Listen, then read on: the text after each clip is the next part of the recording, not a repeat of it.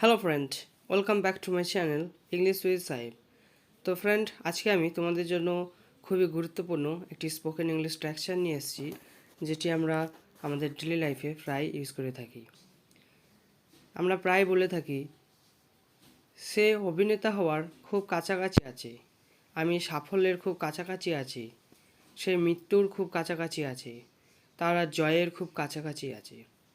তো এই ধরনের সেন্টেন্সগুলো আমরা ইংরেজিতে কিভাবে বলবো, চলো তা আজকে শিখে নিই। তো তোমরা দেখতে পাচ্ছ যে এই সেন্টেন্সগুলোতে একটি কমন ওয়ার্ড রয়েছে, সেটি হচ্ছে শেষ প্রান্তে বা কাছাকাছি।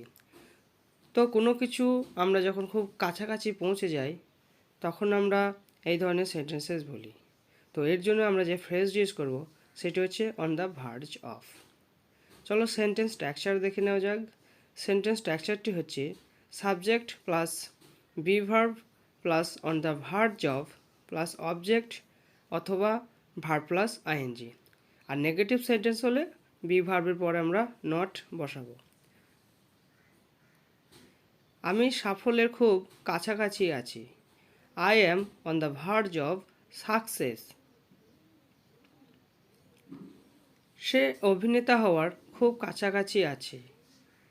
হি is on the verge of becoming an actor. সে মৃত্যুর খুব কাছাকাছি আছে। He is on the verge of death. তারা জয়ের খুব কাছাকাছি আছে। They are on the verge of victory. সে অবসরের খুব কাছাকাছি নেই।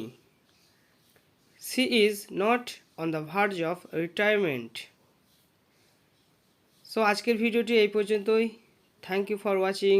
Like, share and subscribe for more videos. By.